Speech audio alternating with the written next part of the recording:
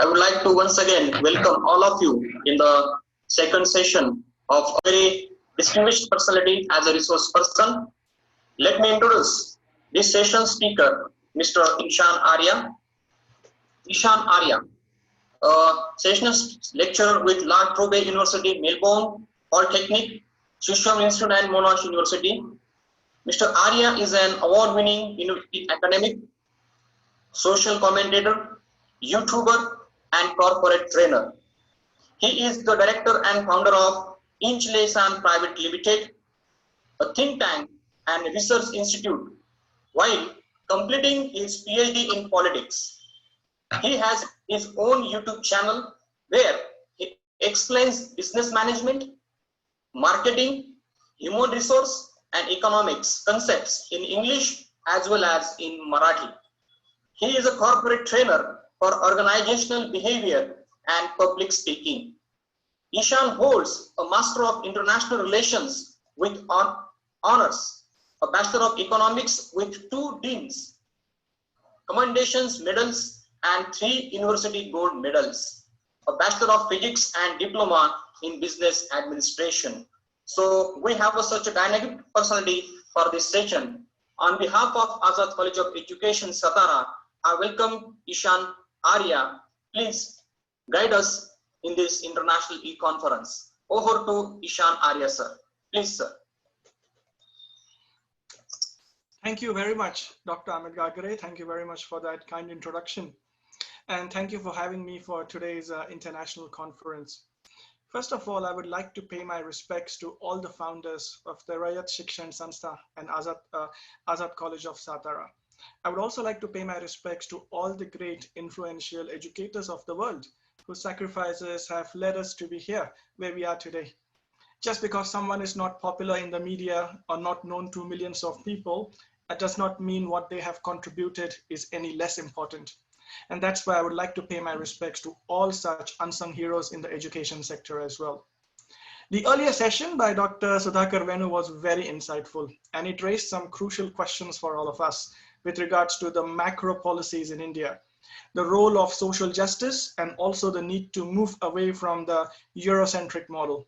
So thank you, sir, for sharing your views. We really appreciate your in-depth analysis. I would now like to share a few thoughts of my own through a global lens about the challenges in education in the 21st century. I have lectured over 12,000 students from more than 100 countries. And now I would like to share a few micro level issues that I feel pose a challenge to our education. So I'll be sharing a few slides as well, and I'll be speaking at the same time.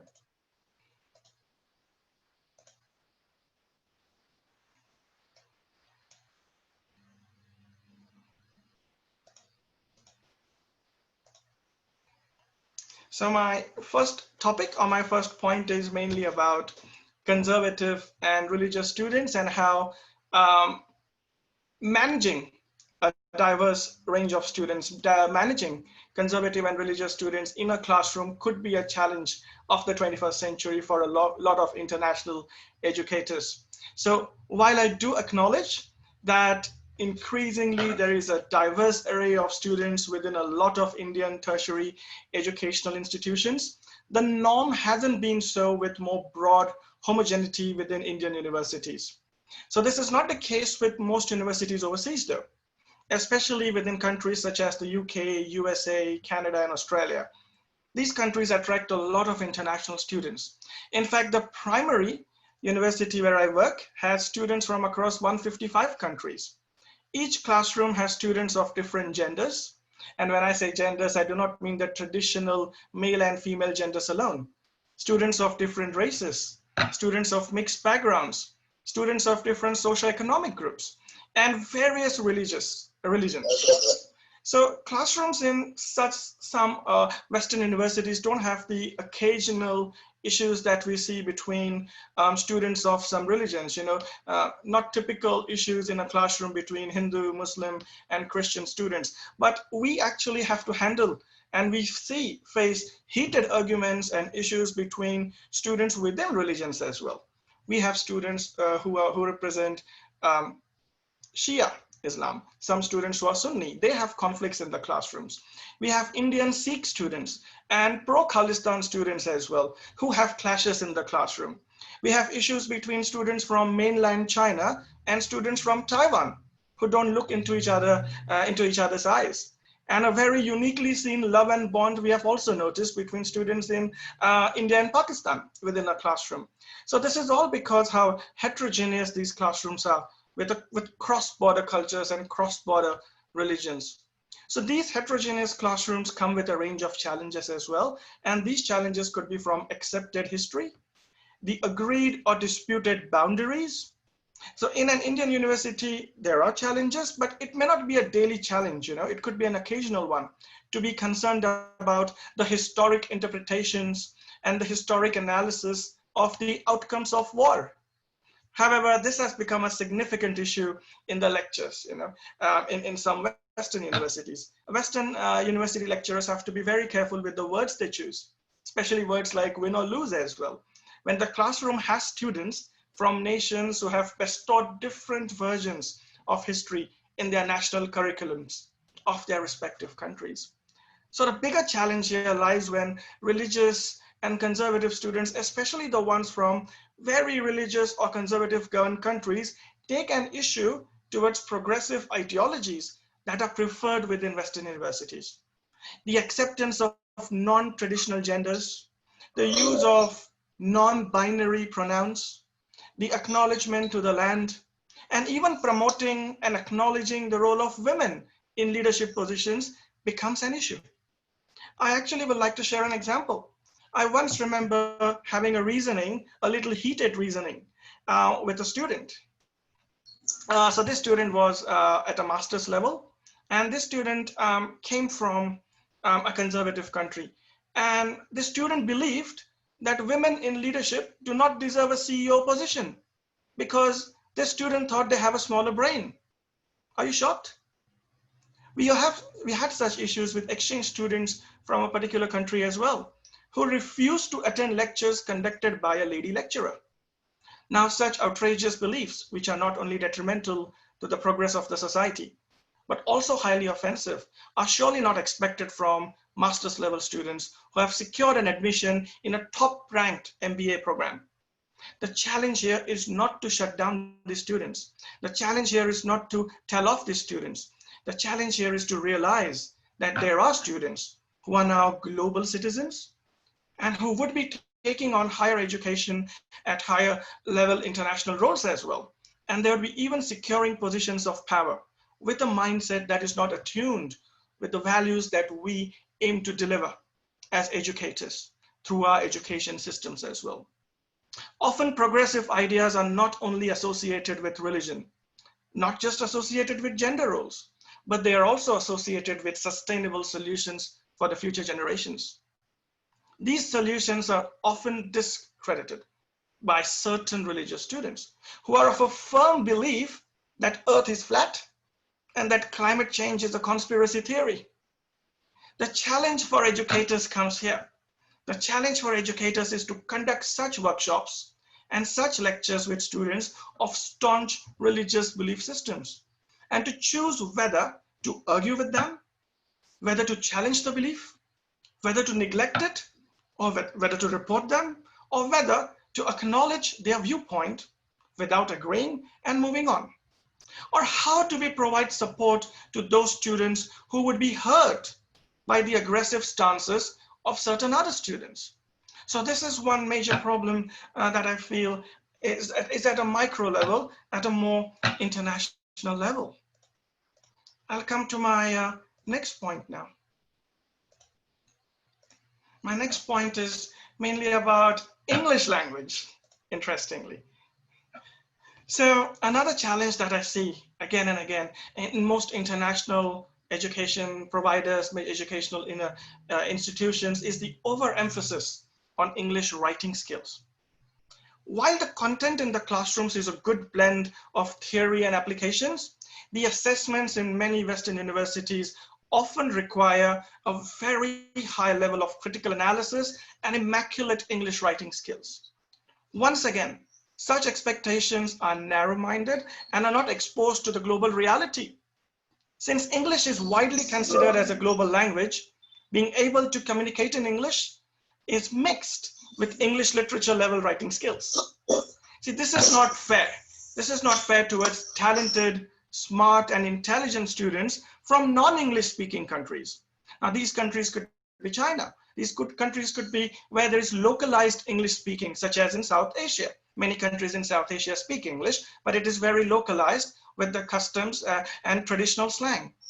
The challenge for these universities is to find a balance between testing application of knowledge relevant to the industry and appropriately measured level of English skills while assessing the grades and graduate capabilities of the students. After all, communication skills are not synonymous with English writing skills, isn't it? I'll move to my next point now. And my next point is about commodification. Before that, I'll just check the chat box as well. I have a habit, while teaching, I like to check the chat box to see if there are any comments coming in, but it's interestingly not opening at my end. Okay, thank you. I was just checking if there are any questions. So my next point is about commodification. And this point was raised by honorable keynote speaker before as well, about the commodification of education. So another challenge for many international universities is the over-reliance on Chinese students, followed by Indian students. It could be argued that there is an over-reliance on international students in general. However, China and India dominate the export of students to foreign countries. Now, for Australia, education is the third largest export, worth $33 billion. Australian universities earn an annual revenue of $2 billion. This is because Australian education sector comprises of 25%, a quarter of international students, out of which 50% come from China and India. So this over-reliance has led to an issue of dropping enrollments during the pandemic that we are facing and the pandemic-based border closures. Now, this has also led to a loss of almost $300 million worth of revenue over the next financial year. So these challenges have been augmented due to the absence of any rescue packages and support by the Australian government towards the tertiary education sector. I was getting a sense before that this could be a concern that few may feel is a problem in India as well. And that is about probably the packages or the rescue packages or the percentage of GDP that is contributed towards education.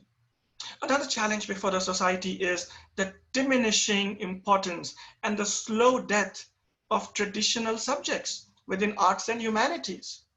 Now, once upon a time, these subjects were considered crucial towards the intellectual and philosophical growth of the society. However, due to the commodification of education, a lot of funding is targeted towards those subjects that help attain the migration goals of skilled migrants in Western countries. So often skilled migration pathways are linked with certain set of skills and certain degrees. So these degrees see an inflated demand in their importance in being utilized as a pathway towards permanent skilled migration. So how it works is the Western countries come up with areas in which they require skilled migrants. In order for skilled migrants to work in that area, some of them choose a path, and that path is to take up certain subjects in Western universities. And that's where the demand for certain subjects, which may not be important, like I said, for the intellectual growth of the society, they are neglected. Whereas the ones that are simply seeing an inflated, commodified demand are the ones getting importance. And this is why universities fund these particular courses, and they end up neglecting what is also essential for the society. So lastly, I will also say another challenge is the development of new courses that are relevant to the changing industry needs as well. A lot of courses are getting outdated even in the Western universities, and there is a need to change them, to attune them, to suit them with the changing industry needs. Because there are a lot of areas in the industry that are new, that are popping up, and the education providers do not have sufficiently developed infrastructure of courses to meet those industry needs. So I feel that is another problem as well. Moving on to my next part. And my next issue or challenge is what we all are facing at the moment, and that is emergency remote teaching. So that is one that we all are facing at the moment. And I don't call it online degree for a purpose. Online degrees are different to the situation that we are in today. What we see today is the emergency remote learning that was not planned and absolutely unprecedented. Academics have faced challenges in setting up their home offices, upgrading their internet connections, ensuring family members do not disturb them when the recorded lectures are taking place. And this also with the pressure that if they do not oblige, they could be deemed unsuitable for online delivery, and they may lose their jobs as well. In Australia, almost 16% academics have lost their jobs, which almost equates to 21,000 lecturers losing their jobs in higher education, 21,000. And the remaining ones have been asked to take a 25% pay cut in most universities. The challenges extend to the issues faced by students as well. Not saying students are not facing any issues at a micro level. In India, students have struggled with good quality internet plans, both from the availability and the affordability point of view. Things have been challenging for international students in foreign countries as well. Not all students have been able to book repatriation flights due to their inflated and unfair fares. And these students are stuck in foreign countries who depend on local part-time work to meet the ends. And they have struggled financially as never before. Many international students, many Indian students in Australia are depending on donations for eating their food. And many are not eating for many days to manage their finances because the hardship grants provided by the universities have a lot of impractical paperwork. And the governments have asked these students to manage their finances since they are not citizens of a foreign country. The challenges extend further with the relaxing of the grading standards as well. Adjustments in passing rates, lowering the graduation criteria, and this has been shown towards a lot of students as a way of showing support towards the issues that they're facing.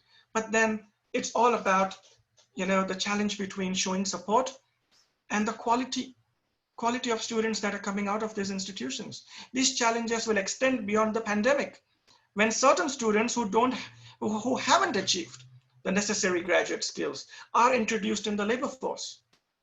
I also feel the issues faced by students stranded in their home countries, but enrolled in overseas countries is also very unique. So I'm talking about international students who are now in their home country, but enrolled in a foreign university, but stuck in the home country because the borders are closed. So, and this is very peculiar to a lot of students from China as well. Many lecturers use Google Padlets, Google Docs, YouTube material to make the weekly content interesting, but Chinese students are not able to access this from China because it is banned. And it has become a challenge for a lot of lecturers, for a lot of educators to cater to the needs of the students who are present in person in the foreign country and the ones who are stranded, especially with regards to the platforms that are being used, because certain platforms are banned in certain countries. So I see that as another micro level problem as well. And then moving on, just got a few more. The other problem that I see is ethics against revenue. So the challenges before education also lie in the ever increasing war for exceeding the global rankings, as universities believe that their ranking is directly proportional to the enrollments, and these enrollments help to boost the revenue figures. These rankings do consider, now they're pretty vast, they're pretty detailed, they do consider a range of spectrums. However, they stick to their traditional approach, intending to giving a significant weightage to publications. Now, these rankings give lesser weightage to student satisfaction and lesser weightage to teaching quality. And this has led to many universities focusing their employment approach towards academics, not based on industry experience or teaching skills, not based on the student feedback marks or the grades, but the number of publications in A-listed journals and the citations index. The challenge to education is whether students enroll and pay fees to look at highly published individuals with brilliant English writing skills, or to interact with someone who is a good communicator and a good educator. See, further challenges have also arisen from the increasing focus on blended learning modules. These modules have pros and cons. While content is made more interesting and different platforms for learning are made available to students, not all the students are utilizing these, and many learn less than what they would be learning in a traditional classroom delivery. The changing focus towards online assessments is also a problem. It has posed a challenge of increasing ghostwriting. The ghostwriting businesses have skyrocketed, which makes it difficult to judge if the student has produced their own work or if their work is written by somebody else. I would now like to come to my last point, which I feel is very crucial, very close to me as well, and that is all about women in education. Lastly, I would like to focus on what I feel is the most important challenge of all. It is the role of women in education. 48% of all tertiary students in India are women. That is good. And 65% of all students in Australia are women, which is brilliant. But while this is a very encouraging number, only 22% of all business school faculty at the professor level around the world are women. Only 22%. Similarly, around the world, less than 20% of all deans, 25% of associate deans, 20% of academic department chairs in business schools are women. The situation at my university, where I chiefly teach, is not the same. The numbers, it doesn't reflect on the numbers that I just provided. My university is ranked #1 in the world for gender equality. And no wonder I don't see the issues where I teach. However, it does not mean that the problem does not exist elsewhere. We ought to question and challenge why women around the world are still denied an equal chance at top level positions within education and also other sectors. The world is not a bubble. India, Australia, or our respective universities do not represent the world. They do not represent the issues in the world with gender inequality. These are global issues that are faced a lot in many African nations, many Middle Eastern nations, and in a lot of South Asian nations which are pretty religious and conservative in their approach towards the role of women in the society. These political forces and the regressive customs of many such nations are posing very alarming challenges to the role of women in education. Now, having said that, hats off to Dr. Vandana Nalavade, ma'am. Hats off to Dr. Megha Uplane, ma'am. Hats off to Dr. Pratibha Gaikwad, ma'am, for the positions that you hold today and for the efforts that you have taken to be the positive role models you are towards your students. And also thanks to Azad College for ensuring that you're leading by an example with regards to having women in the top position. So on that note, everyone, I'd like to thank you. And I also like to end my session. I would like to end it on this wonderful quote by Malala. One child, one teacher, one book, one pen is all it takes to change the world. And I'm glad that everyone present here today is doing that, is taking those efforts. So thank you very much for having me. And it was my absolute pleasure to present in front of a wonderful audience. Thank you very much. Thank you, sir. Thank you very much. Thank you very much, Eshan sir. It was a very wonderful and eye-opening session, and you have focused so many challenges in higher education, especially the global challenges you have focused. Thank you once again on behalf of Azad College of Education, Satara. Is there any questions? I request to the participants, is there any questions? You can put your questions in the chat box.